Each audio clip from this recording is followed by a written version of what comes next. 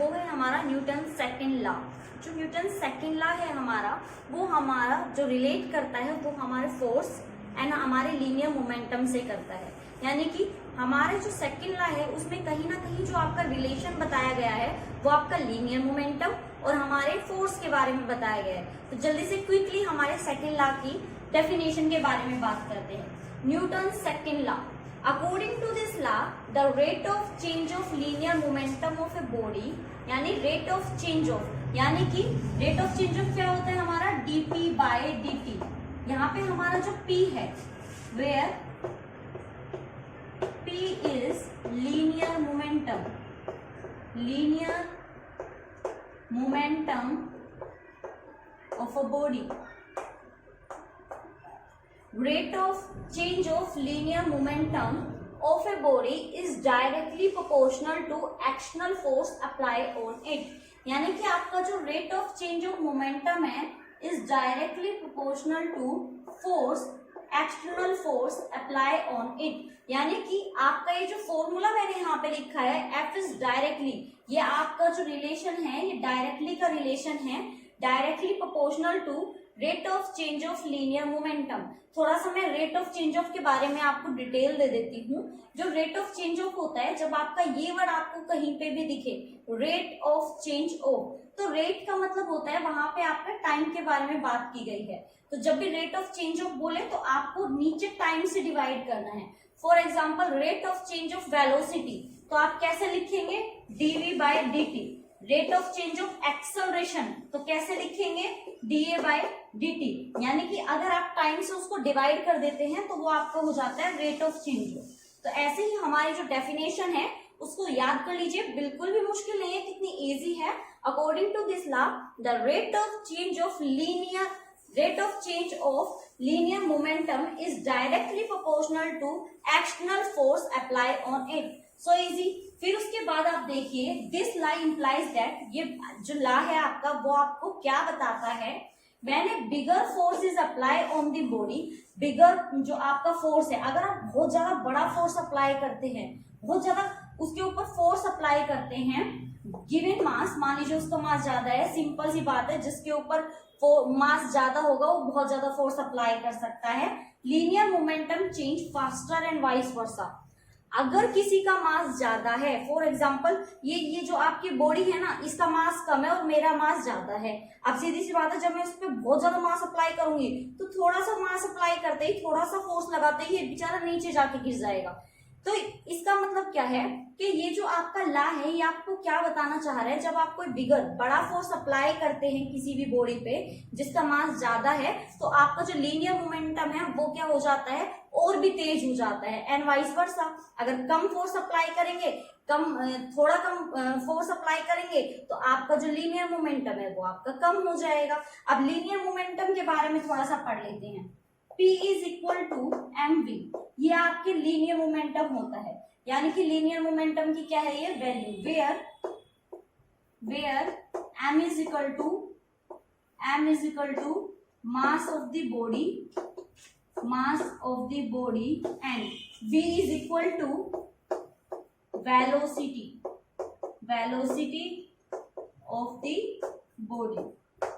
Velocity of the body. तो ये हो गया हमारा क्या, ये हमारा फॉर्मूला निकल के आ गया हमारे सेकंड लॉ ऑफ मोशन के लिए, F is directly proportional to dp by dt। अब मैं एक बात आपको पहले ही बता दूं, जो ये फॉर्मूला हमारा निकल के आया ना dp by dt, it's a basic formula of second law of motion. मैं अभी आपको बताऊंगी, मैंने इसको अभी बेसिक क्यों कहा, ये चीज मैं अभी आपको बताऊंगी। सबसे पहले आप सिर्फ इतना याद रखिए, ये वाला जो आपका फॉर्मूला है ये बेसिक फॉर्मूला है। अब जो हम यहाँ पे करने वाले हैं, हम इसका डेरिवेशन करने वाले हैं, क्योंकि अगर ये बेसिक फॉर्मूला है दैट्स मीन इसका कोई और भी फॉर्मूला निकल के आएगा, तो हम इसका दूसरा फॉर्मूला निकालने के लिए हम एक छोटा सा डेरिवेशन करना होगा। फटाक से उस डेरिवेशन को देख लेते हैं। देखिए, let del p is equal to small change in linear momentum. ये जो मैंने यहाँ पे डेल लगाया है ना, इसका मतलब होता है स्मॉल, बहुत थोड़ा सा। हमने थोड़ा सा फोर्स अप्लाई किया, थोड़ा सा ही क्या हो गया, changement. So F is directly proportional to dp by dt। Now use this equation, P is equal to mv। हम यहाँ P की जगह क्या रखने वाले हैं, हमारी वैल्यू। तो क्या हो जाएगा, F is directly proportional to d mv by dt। और आपको एक और छोटी सी चीज में बता दूं, ये जो आपका प्रोपोर्शनैलिटी का साइन है, जब ये साइन हमारा हट जाता है तो एक कांस्टेंट आता है, कांस्टेंट ऑफ प्रोपोर्शनैलिटी। अब मैं यहाँ पे ये कांस्टेंट ऑफ प्रोपोर्शनैलिटी यहां से हटाने वाली हूँ। देखिए F is equal to K D mv by dt, और यहाँ पे जो आपका K है ना, वो आपका प्रोपोर्शनैलिटी कांस्टेंट है, प्रोपोर्शनैलिटी कांस्टेंट। ये कांस्टेंट होता है जिसकी वैल्यू आप क्या रखेंगे, 1। जब आप इसकी वैल्यू को 1 रखेंगे तो देखिए क्या आएगा, F is equal to 1 D mv by dt। क्या बचेगा आपका, D mv बाय dt। जैसा कि हमें पता है जो आपका मास होता है वो एक स्केलर क्वांटिटी है, तो हम उसको बाहर ले लेंगे, तो अंदर क्या बचेगा आपका, m dv बाय dt। और सब बच्चों को बहुत अच्छे से एक चीज पता होगी कि आपकी जो वेलोसिटी होती है, velocity, change in velocity by time क्या होता है आपका, जल्दी से बताओ मुझे, dv by dt, change in velocity by time, ये क्या होता है आपका, एक्सेलरेशन। तो ये आपका किसके इक्वल आ जाएगा, ये आ जाएगा आपके ma के इक्वल। दैट्स मीन आपका जो फोर्स का न्यू फॉर्मूला निकल के आया है वो है आपका F is equal to ma। अब आपको एक बात मैं यहाँ पे एक और बता दूं कि अगर आपको फोर्स की डायरेक्शन देखनी है कि फोर्स किस डायरेक्शन में अप्लाई हुआ है, तो वो हमेशा एक्सेलरेशन की डायरेक्शन में ही होगा। यानी कि एक्सेलरेशन की डायरेक्शन देख के आप क्या पता लगा सकते हो, फोर्स की डायरेक्शन पता लगा सकते हो। आपने नॉर्मली देखा होगा कि फोर्स का अगर फॉर्मूला पूछा जाता है तो हम कभी भी dp बाई dt नहीं बताते, हम बोलते हैं F is equal to ma। हम जितने भी न्यूमेरिकल्स अब आगे करेंगे उनमें नॉर्मली जो यूज होगा वो फॉर्मूला भी आपका क्या होगा, F is equal to ma, where m is mass of a body, a is the acceleration of a body. तो आपको ये फॉर्मूला याद रखना है। और दूसरी बात जो इंपॉर्टेंट है, अगर कभी भी आपसे basic formula of second law पूछे तो हमेशा बताना है F is equal to dp by dt, यानी कि force is directly proportional to rate of change of momentum. लेकिन अगर आपसे नॉर्मली सेकेंड लॉ का फॉर्मूला पूछे तो आप बेशक ये भी बता सकते हैं और ये भी बता सकते हैं। जो हम न्यूमेरिकल में यूज करेंगे वो आपका मेनली यही होगा, लेकिन बेसिक हमेशा आपका यही होगा। तो यहाँ पे हमने डेरिवेशन देख ली है, हमारा सेकंड लॉ ऑफ मोशन भी देख लिया है, और आपको ये भी याद रखना है कि जो मैग्नीट्यूड होता है फोर्स का वो आप कैसे कैलकुलेट कर सकते हैं, product of mass and it's acceleration. बहुत इजी सा है, अगर आपको मास पता है, एक्सेलरेशन पता है, तो आप किसी भी बॉडी का फोर्स भी निकाल सकते हैं, फाइंड कर सकते हैं। तो आई होप आपके समझ में आ गया होगा। मैं आपको एक बार क्विक रिवाइज करा देती हूँ। देखिए मैंने कुछ नहीं किया है, आपके पास क्या था, फोर्स था, force is dp by dt। उसके बाद हमने यहाँ पे p की वैल्यू रखी है जो कि आपकी क्या होती है, मास एंड वेलोसिटी होती है। फिर उसके बाद यहाँ पे हमने वैल्यू को क्या कर दिया है, पुट कर दिया है। उसके बाद हमने इस जो हमारा डायरेक्टली प्रोपोर्शनल का साइन था, इस साइन को हमने क्या कर दिया है, चेंज कर दिया है। ये चीज मैंने आपको बताई भी, जब आप इस प्रोपोर्शनैलिटी साइन को स्किप करते हैं, हटाते हैं, तो एक कांस्टेंट आ जाता है जिसको प्रोपोर्शनैलिटी कांस्टेंट कहते हैं। वो कांस्टेंट हमारा आया k। इस k की वैल्यू हम 1 रखेंगे, सीजीएस में भी 1 होती है और आपकी एसआई में भी 1 होती है, डिपेंड करता है आप कौन सी यूनिट ले रहे हैं। फिर उसके बाद जैसे ही आप इसको रखते हैं, हम देखते हैं हमारे पास जो मास है वो स्केलर क्वांटिटी है, हम उसे बाहर ले लेते हैं। फिर हमारा rate of change of velocity आ जाता है, तो वो किसके इक्वल होता है, हमारे एक्सेलरेशन के इक्वल होता है। फिर हमें क्या मिल जाता है, हमारा फॉर्मूला, जैसे ही हमने देखा F is equal to ma। So easy, बहुत आसान था। और हमें पता है एक्सेलरेशन भी क्या होती है, हमारी एक वेक्टर क्वांटिटी, फोर्स भी क्या होता है, हमारा एक वेक्टर क्वांटिटी। तो जो डायरेक्शन आपके एक्सेलरेशन की होगी वही डायरेक्शन आपकी किसकी होगी, फोर्स की भी होगी। तो हमारे यहाँ पे सेकंड लॉ इजी से सोल्व हो चुका है। इसकी डेफिनेशन अच्छे से याद कर लीजिएगा, डेरिवेशन अच्छे से याद कर लीजिएगा। अब हम इसके कुछ एग्जांपल्स देखेंगे, जो इंपॉर्टेंट पॉइंट्स है वो देखेंगे। तब तक इसको क्विकली से रिवाइज कीजिए, फिर उसके बाद हाँ जी, इनके नोट्स जरूर प्रिपेयर कर लीजिएगा, ये आपके बहुत हेल्प करने वाले हैं, क्योंकि मैं कोशिश कर रही हूँ आपको टोटली जो भी है रिक्वायरमेंट वो मैं आपको यहीं पे ही प्रोवाइड कराऊं। तो अच्छे से या तो स्क्रीनशॉट ले सकते हैं या फिर आप इनको रिटर्न भी अपना रख सकते हैं। चलिए फटाफट से इसके जो हमारा नेक्स्ट है, इसके जो एग्जाम्पल्स है, जैसे हमने फर्स्ट लॉ के एग्जाम्पल्स किए थे वैसे ही हम यहाँ पे सेकंड लॉ के कुछ एग्जाम्पल्स देखेंगे, किस तरह से हमारा जो सेकंड लॉ है किसी बॉडी के ऊपर अप्लाई कर सकते हैं। जैसे हमने अलग अलग तरीके से फर्स्ट लॉ पे अप्लाई किया था कि किस तरह से हम क्या क्या काम करते हैं, कैसे फर्स्ट लॉ अप्लाई होता है, कुछ इसी तरह से हम देखेंगे सेकंड लॉ किसी भी बॉडी पे किस तरह से हम अप्लाई कर सकते हैं, किस तरह से वो यूज होता है। तो फटाफट से इसको देखिए, फिर फटाफट से हम अपना चलिए स्टार्ट करते हैं। हमारा जो सेकंड लॉ हमने अभी अभी सीखा है, हमारा सेकंड लॉ ऑफ मोशन, जो कि क्या बोलता है, rate of change of linear momentum is directly proportional to force apply on it. Last में हमने जो हमारा कंक्लूजन निकाला था that is F is equal to ma, यानी कि हमारा जो मैग्नीट्यूड होता है फोर्स का वो हमारा किसके इक्वल होता है, multiplication of mass and acceleration. उसी के ऊपर ही हम कुछ सिंपल न्यूमेरिकल्स देखने वाले हैं यहाँ पे।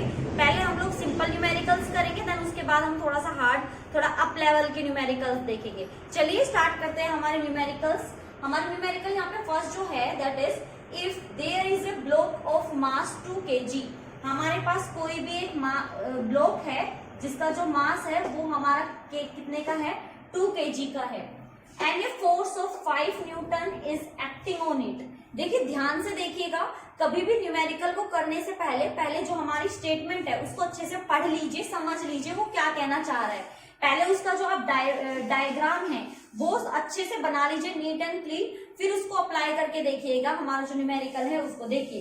क्वेश्चन में बोला गया है कि हमारे पास कोई एक ब्लॉक है जिसका जो मास है वो हमारा 2 kg है, उसके ऊपर 5 Newton is acting on it. 5 Newton का फोर्स लग रहा है। अभी ज्यादा जल्दी मत कीजिए, पहले आगे की स्टेटमेंट पढ़िए। On it in the positive x direction, ये इंपॉर्टेंट है हमारे लिए। देखिए दो डायरेक्शन हमारी होती है, एक पॉजिटिव एक नेगेटिव। मैं आपको कार्टेशियन कोऑर्डिनेट्स बता देती हूँ। ये होते हैं हमारे, ये हमारी पॉजिटिव एक्स डायरेक्शन होती है, ये हमारी नेगेटिव एक्स डायरेक्शन होती है, ये हमारी पॉजिटिव वाई होती है, ये हमारी नेगेटिव वाई होती है। अब इसमें बोला है कि पॉजिटिव डायरेक्शन में, दैट्स मीन पॉजिटिव क्या होगा, इस ब्लॉक के लिए पॉजिटिव उस साइड होगा। तो पॉजिटिव हमारा 5 न्यूटन का फोर्स लग रहा है यहाँ पे इस 2 kg ब्लॉक के ऊपर। आगे बोल रहा है a force of 3 Newton in the negative x direction, यानी कि इसकी उल्टी डायरेक्शन में। देखिए पॉजिटिव अगर ये है तो नेगेटिव क्या होगा, इस साइड। तो नेगेटिव डायरेक्शन में आपका 3 न्यूटन का क्या लग रहा है, फोर्स लग रहा है। Then what would be the acceleration, तो बताइए कि उसका एक्सेलरेशन क्या होगा।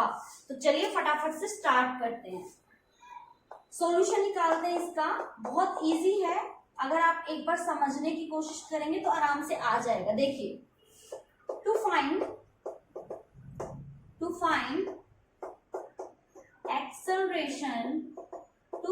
Acceleration on block, first find net force. तो हमें सबसे पहले क्या निकालना होगा, हमें नेट फोर्स निकालना होगा। तो फोर्स देखिए हमारा नेट फोर्स क्या होगा, positive 5 and negative 3 is equal to 2 newton. ये हमारा क्या निकल के आ गया, यही हमारा आ गया यहाँ पे टोटल नेट फोर्स। देन उसके बाद वी नो दैट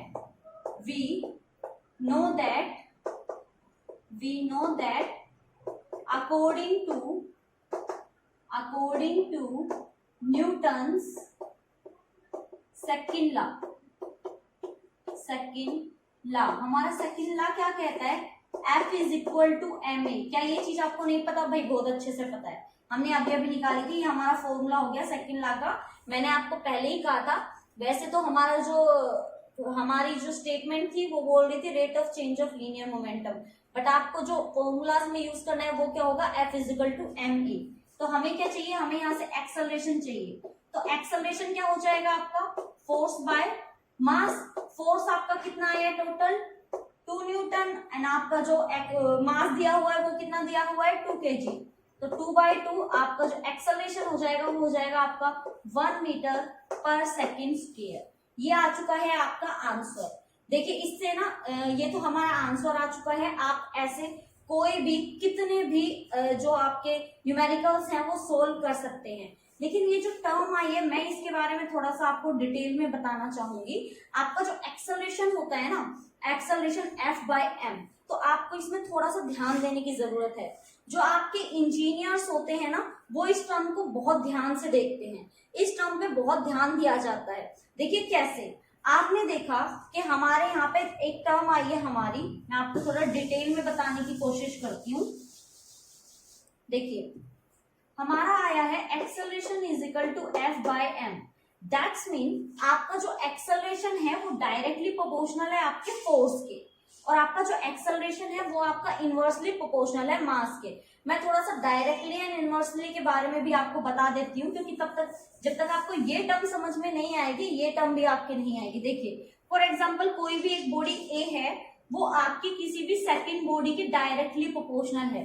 जब कोई आमने सामने होता है तो वो डायरेक्टली होता है। डायरेक्टली जब कोई हो, बिल्कुल आमने सामने हो, दैट्स मीन अगर ये बॉडी आपकी इंक्रीज होगी तो इस बॉडी की भी फिजिकल क्वांटिटी क्या होगी, इंक्रीज होगी। फॉर एग्जाम्पल इसका मास इंक्रीज होगा तो इसका मास भी इंक्रीज होगा, इसकी स्पीड इंक्रीज होगी तो इसकी स्पीड भी इंक्रीज होगी, इसके ऊपर फोर्स ज्यादा लगेगा तो इसके ऊपर फोर्स ज्यादा लगेगा। यानी कि दोनों ही हैं वो बिल्कुल सेम क्वांटिटी फॉलो करेंगे। अगर इसकी क्वांटिटी डिक्रीज हो रही है तो इसकी भी क्या होगी, डिक्रीज होगी। तो इसको बोलते हैं डायरेक्टली प्रोपोर्शनल। बट अगर कोई भी आपकी क्वांटिटी ए है और आपकी बी है और वो एक दूसरे के अपोजिट हैं, ऊपर नीचे हैं, इसको बोलते हैं इनवर्सली प्रोपोर्शनल। ये आपकी डायरेक्टली होती है, ये आपकी इनवर्सली होती है। इनवर्सली का क्या मतलब होता है कि अगर आपकी फिजिकल क्वांटिटी इंक्रीज होती है, इंक्रीमेंट होता है किसी भी चीज का, तो दूसरी वाली का क्या हो जाएगा, डिक्रीमेंट हो जाएगा। अगर इसका मास इंक्रीज हो रहा है इसका डिक्रीज हो जाएगा, इसकी वेलोसिटी इंक्रीज हो रही है इसकी डिक्रीज हो जाएगी, इस पे फोर्स इंक्रीज हो रहा है इस पे डिक्रीज हो जाएगा। यानी कि जो भी होगा वो क्या होगा, हमेशा ऑपोजिट होगा। तो ये आपका होता है इनवर्सली और ये होता है आपका डायरेक्टली। अब अगर आपको इनवर्सली और डायरेक्टली का आराम से समझ में आ गया हो तो आप यहाँ पे रिलेशन निकाल सकते हैं। जो एक्सेलरेशन है वो डायरेक्टली है फोर्स के, लेकिन जो एक्सेलरेशन है वो इनवर्सली है आपके मास के। अगर आपका एक्सेलरेशन बढ़ेगा तो फोर्स बढ़ेगा, एक्सेलरेशन घटेगा तो फोर्स घटेगा। बट अगर मैं इस रिलेशन की बात करूं तो अगर आप मास को बढ़ाएंगे तो एक्सेलरेशन क्या हो जाएगा, डिक्रीज हो जाएगा। यही हमारा मेन फोकस है। अगर कोई भी बॉडी को मान लीजिए फॉर एग्जांपल दो लोग हैं, दो कोई भी पर्सन है वो चल रहे हैं, एक पर्सन दूसरा पर्सन। अगर पहला वाला पर्सन जो है वो थोड़ा सा पतला है बट हमारा जो दूसरा वाला पर्सन है वो मोटा है, तो आपका जो पतला वाला पर्सन है, जो आपका कमजोर है, वो जल्दी जल्दी चल पाएगा, लेकिन जो मोटा वाला है वो धीरे धीरे चल पाएगा, क्योंकि उसका जो एक्सेलरेशन है वो कम होगा, वो धीरे धीरे चल पाएगा क्योंकि उसका मास ज्यादा है। भाई मोटे लोग धीरे धीरे चलते हैं क्योंकि उनका मास ज्यादा है, तो एक्सेलरेशन इस रिलेशन से क्या आ जाएगा, कम। लेकिन अगर किसी का मास कम है तो इस रिलेशन से उसका एक्सेलरेशन क्या हो जाएगा, ज्यादा। तो अब बात करते हैं कि ये हमारा जो इंजीनियरिंग होता है वो यहाँ पे क्यों फोकस करता है। देखिए जो हमारी रेसिंग वाली कार्स होती हैं उनके मास के ऊपर बहुत ज्यादा ध्यान लगाया जाता है। कोशिश की जाती है कि हमारी जो कार होगी, रेसिंग कार, वो थोड़ा सा कम मास को, मतलब कम मास की हो, उसका जो वेट हो वो कम हो, ताकि उसका जो वेट कम होगा तो इस रिलेशन की वजह से उसका एक्सेलरेशन बहुत तेज होगा, बहुत तेज भाग पाएगी वो राइडर में, शायद मतलब बहुत ज्यादा स्पीड गेन कर पाएगी वो। तो ध्यान रखा जाता है कि हमारी जो कार वगैरह है, राइडर कार जो होती है हमारी रेसिंग कार्स वगैरह, उनका जो मास है वो थोड़ा सा कम रखा जाता है। कम रखा जाता है मतलब कोशिश की जाती है कि कम से कम हो, ताकि वो जो है रेस में आराम से भाग पाए और जीत पाए, उनका जो एक्सेलरेशन है वो बहुत तेजी से हो पाए। तो ये तो हमारा रिलेशन था एक्सेलरेशन एंड मास का। आई होप आपके समझ में आ गया होगा। अगर आपसे दो चीजों में कंपैरिजन करके, किसी भी दो ऑब्जेक्ट में कंपैरिजन करके ये पूछा जाए कि आपका एक्सेलरेशन दोनों में से किसका ज्यादा या कम होगा, तो आपका फोकस होना चाहिए उसके मास पे। जिसका मास ज्यादा होगा उसका एक्सेलरेशन कम होगा, जिसका मास कम होगा उसका एक्सेलरेशन ज्यादा होगा। तो ये हमारा एक छोटा सा सिंपल सा कॉन्सेप्ट है बट इम्पोर्टेंट है, इसलिए मैंने बताया है आपको। तो प्लीज इसको थोड़ा सा ध्यान से कॉन्सेप्ट को माइंड में रखिएगा। अब ये हमारा न्यूमेरिकल बहुत इजी सा न्यूमेरिकल था, पहले मैंने इजी एग्जांपल्स लिए हैं, देन उसके बाद थोड़ा सा लेवल अप करेंगे। अब आते हैं हमारे सेकंड क्वेश्चन की तरफ। सेकंड क्वेश्चन जो है हमारा क्या कहना चाह रहा है, देखिए, how much horizontal net force is required. Horizontal क्या होता है, हॉरिजॉन्टल होता है आपकी कोई भी सरफेस से लगी हुई लाइन, ये आपकी हॉरिजॉन्टल लाइन होती है, ये वर्टिकल लाइन होती है, ठीक है, ये आपकी वर्टिकल होती है, ये हॉरिजॉन्टल होती है। तो कह रहे हैं कितना हॉरिजॉन्टल नेट फोर्स रिक्वायर है to accelerate a 1000 kg car at 4 metre per second. आपकी कोई भी एक कार यहाँ पे खड़ी है जिसका जो वेट है वो आपका है 1000 kg और वो कितनी स्पीड से जा रही है, वो जा रही है आपकी 4 मीटर पर सेकेंड स्क्वायर की आपकी एक्सेलरेशन के साथ वो जा रही है। तो कह रहा है कि हाउ मच नेट फोर्स, कितनी फोर्स की उसको जरूरत है। तो वी हैव क्या क्या चीजें हमारे पास देख लेते हैं, इसका सॉल्यूशन कर लेते हैं। हमारे पास यहाँ पे क्या क्या गिवन है, मास हमारा यहाँ गिवन है 1000 kg और आपका जो यहाँ पे एक्सेलरेशन गिवन है वो है आपका 4 मीटर पर सेकेंड स्क्वायर। अब यहाँ पे क्या कहा गया है कि आपको फोर्स क्या करना है, फाइंड करना है। तो भाई according to second law of motion, according to second law of motion F is equal to ma। हमें पता है बहुत अच्छे से, अभी हमने किया है। तो आपको क्या करना है, इनकी वैल्यूज को इसमें पुट करना है। तो जल्दी से अपनी वैल्यूज को इसमें क्या करते हैं, पुट करते हैं। तो मास कितना है हमारा 1000, ये हमने वैल्यू पुट कर दी। हमारा जो एक्सेलरेशन है वो कितना है हमारा 4, जस्ट हमें क्या करना है यहाँ पे मल्टीप्लाई करना है, हमारी वैल्यू कितनी आ जाएगी 4000 न्यूटन। तो इसका मतलब है कि किसी भी कार को एक्सेलरेट करने के लिए, कोई एक कार है वो आपकी खड़ी हुई है, उसको एक्सेलरेट करने के लिए कम से कम आपको 4000 न्यूटन फोर्स तो उसके ऊपर अप्लाई करना ही पड़ेगा, तभी वो क्या होगी, एक्सेलरेट होगी। अदरवाइज वो रेस्ट में है, रेस्ट में ही रहेगी, आपके मोशन में नहीं आएगी, आपकी कार नहीं चलेगी। तो यहाँ पे हमारा एक इजी सा न्यूमेरिकल था, वो भी कंप्लीट हो चुका है। ये हमारे जो इजी टाइप के न्यूमेरिकल थे वो मैं करा चुकी हूँ। अब जो मैं आपको कराऊंगी वो थोड़ा सा अप लेवल का होगा। सबसे पहले आप ये न्यूमेरिकल करके देखिए, और मुझे ये जरूर बताइएगा कि आपको हमारा जो टॉपिक है वो समझ में आया है या नहीं आया है। और हाँ, अगर आप वीडियो पे नए हैं, हमारे चैनल पे नए हैं, तो सब्सक्राइब का हमारा जो बटन है उसको क्लिक जरूर कीजिएगा। उसके बाद जो बेल आइकन आएगा उस पर भी जरूर क्लिक कीजिएगा, ताकि हम जब दोबारा आपके लिए वीडियो लेके आए तो आपके लिए क्या आ जाए, नोटिफिकेशन। चलिए हमारा ये न्यूमेरिकल देखते हैं, जो कि थोड़ा सा अलग लेवल का थोड़ा सा हमारा न्यूमेरिकल है। न्यूमेरिकल इजी है, अगर हम इसको करने की कोशिश करेंगे, समझ के करेंगे तो। जैसा कि मैं हमेशा कहती हूँ, सबसे पहले स्टेटमेंट को पढ़िए, समझिए वो क्या कहना चाह रहे हैं, फिर उसके बाद स्टार्ट करिए। चलिए शुरू करते हैं।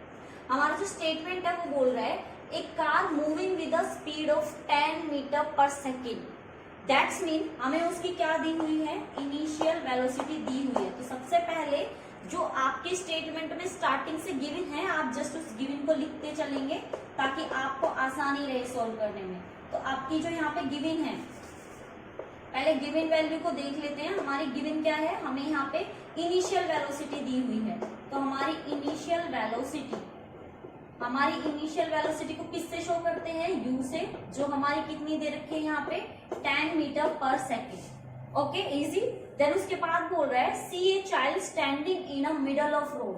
भाई एक कार थी, जो कार थी वो अपनी स्पीड से चल रही थी। स्पीड उसकी कितनी है, 10 मीटर पर सेकेंड। तो कार में जो हमारा ड्राइवर है उसने देखा कि रोड के बीच में कोई बच्चा खड़ा हुआ है, स्टैंड है, and he applies brake and brings the car to rest in 5 seconds। इसका मतलब उसने ब्रेक लगाने की कोशिश की, उसने ब्रेक लगाया, कितने टाइम में, टाइम कितना लिया उसने, जो भी चीजें हम साथ साथ लिखते हुए चलेंगे, हमारा जो टाइम है वो कितना लगा हमारा, वो यहाँ पे लगा है आपका 5 सेकेंड का। देन उसके बाद just in time to save the child, उसको इतना टाइम लगा बच्चे को सेव करने में। फाइंड एवरेज फोर्स ऑन, यानी कि हमें फाइंड क्या करना है, force in mass of car and driver is 300 kg, यानी कि आपका जो मास यहाँ पे दे रखा है वो टोटल मास आपका दे रखा है 300 kg। अब इस स्टेटमेंट को दोबारा से एक बार रिकॉल कराती हूँ आपको। ये क्या बोल रहा है यहाँ पे कि आपका कोई भी एक कार थी जिसका मास आपका दिया हुआ है 300 kg। वो जो कार थी वो आपका मूव करना स्टार्ट हुई, उसकी जो इनिशियल वेलोसिटी है वो आपकी गिवन थी कितनी, 10 मीटर पर सेकेंड। देन उसके बाद आप वो जो ड्राइवर था उसने देखा कि रोड के बीच में कोई एक बच्चा है, उसको सेव करने के लिए ड्राइवर ने फटाफट से ब्रेक लगाया और उसको ब्रेक लगाने में 5 सेकेंड्स लगे। तो वो बोल रहा है कितना फोर्स उसने अप्लाई किया होगा, भाई ब्रेक इतनी आराम से तो लग नहीं जाता, कुछ ना कुछ तो उसने फोर्स लगाया होगा ब्रेक के ऊपर। तो वो कितना फोर्स उसने अप्लाई किया है उस ब्रेक पे, वो पूछा गया है उस कार को रोकने के लिए, रेस्ट पोजीशन में लाने के लिए। तो चलिए शुरू करते हैं। अब देखिए हमें इतना तो पता है फोर्स निकालने के लिए कहीं ना कहीं हमें क्या चाहिए, हमारा न्यूटन सेकंड लॉ। तो सबसे पहले वो लिखते हैं, according to Newton's second law of motion, क्या पता है हमें कि हमारा F = ma होता है। अब देखिए टाइम है, इनिशियल वेलोसिटी भी है, मास भी है, बट हमारे पास क्या नहीं है, एक्सेलरेशन नहीं है। और अभी आप सीधा सीधा वो वाला फॉर्मूला भी नहीं लगा सकते सॉरी, हमारा वो फॉर्मूला नहीं लगा सकते हम लोग, कौन सा वाला, हमारा जो ये वाला हमने अभी हमारा जो फॉर्मूला होता है v - u/t, ये अप्लाई नहीं कर सकते। तो हम इसमें जो लगाएंगे, अब देखिए कार जब चल रही होगी तो हमारी किस में चल रही होगी, स्ट्रेट लाइन में, है ना। तो हम लोग इस पे क्या अप्लाई कर सकते हैं, हम इसमें इक्वेशन ऑफ मोशन अप्लाई कर सकते हैं।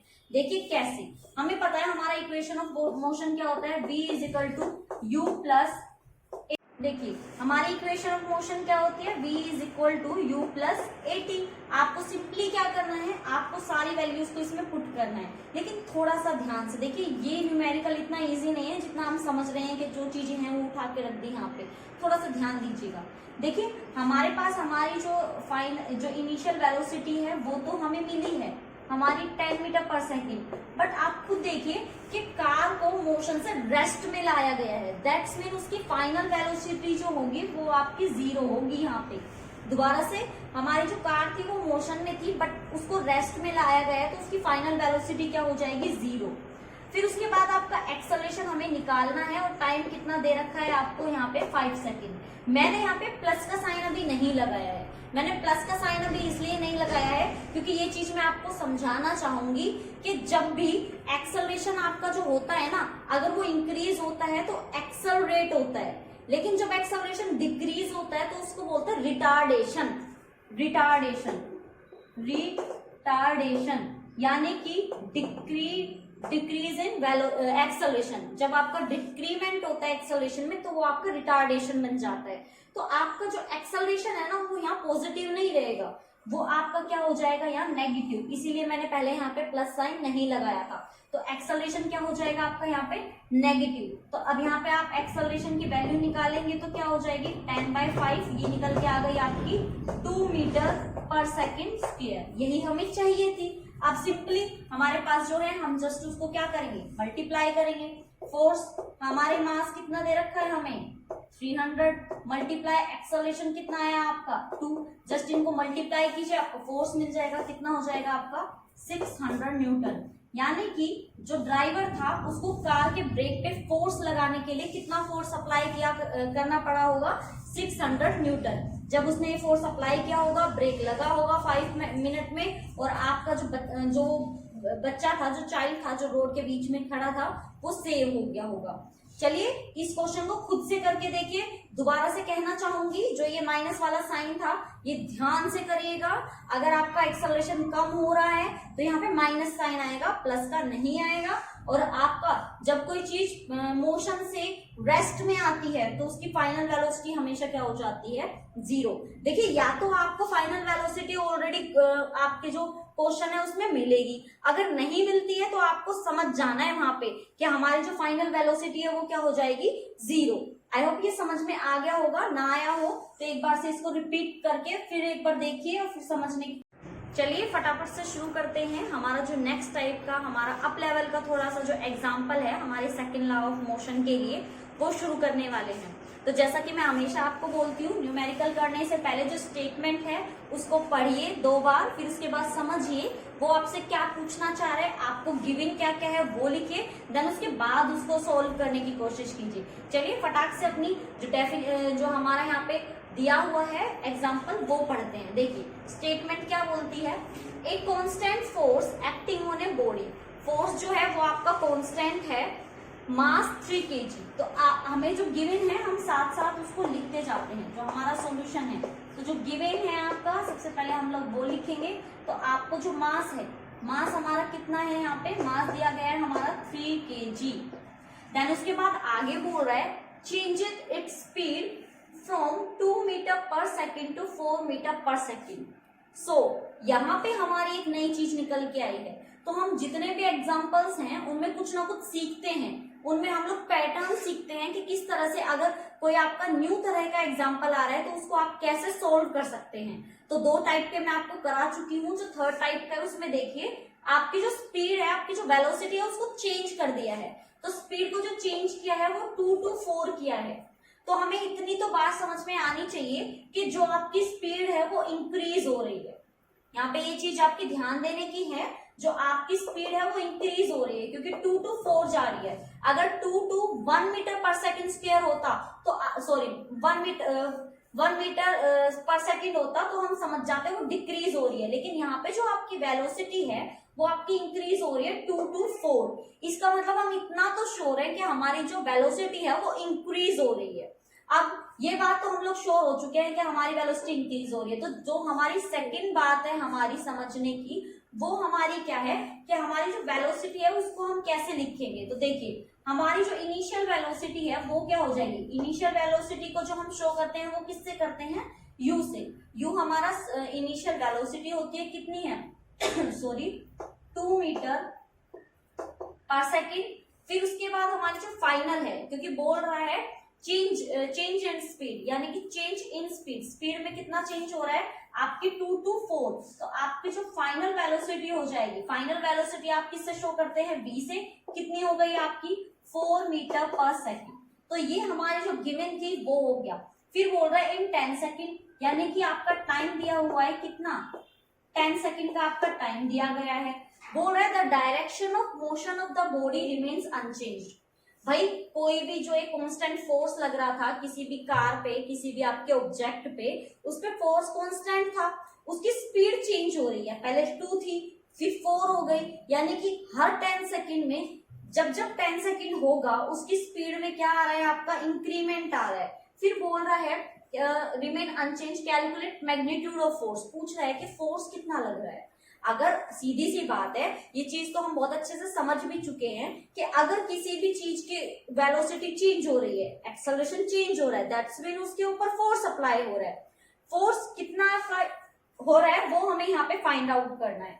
तो देखिए इतना तो मैंने आपको बता ही चुकी हूँ कि हमारा जो ये न्यूमेरिकल है ये हमारा सेकेंड लॉ ऑफ मोशन का है। तो सिंपली सी बात है, ये चीज भी आपको पता है कि इसके ऊपर जो हमारा फॉर्मूला अप्लाई होगा वो किसका होगा, सेकेंड लॉ ऑफ मोशन का। तो चलिए शुरू करते हैं। According to second law of motion. अब मैंने आपको ये चीज भी बताई थी, वैसे तो सेकेंड लॉ ऑफ मोशन क्या होता है, dp by dt, लेकिन न्यूमेरिकली वैल्यू के लिए आप जो यूज करते हैं वो कौन सा होता है, F is equal to ma। ये हमारा क्या है, रिक्वायर्ड फॉर्मूला है। अब ध्यान देने वाली बात, ये हमारे पास मास है बट एक्सेलरेशन नहीं है, और हमें जो गिवन है वो हमारी 2 वेलोसिटीज हैं एंड हमारा टाइम है। तो हमें निकालना क्या है, सबसे पहले आपको जो फाइंड आउट करना पड़ेगा वो होगा आपका एक्सेलरेशन, क्योंकि विदाउट एक्सेलरेशन तो आप क्या नहीं कर सकते, वैल्यूज निकाल नहीं सकते, आप अपना फोर्स निकाल नहीं सकते। सबसे पहले क्या निकालना पड़ेगा, हमें फाइंड करना है हमारा एक्सेलरेशन। चलिए सबसे पहले एक्सेलरेशन निकालते हैं। फॉर फाइंडिंग एक्सेलरेशन, देखिए एक्सेलरेशन क्या होता है, एक्सेलरेशन का जो डेफिनेशन होती है हमारी वो होती है change in velocity, change in velocity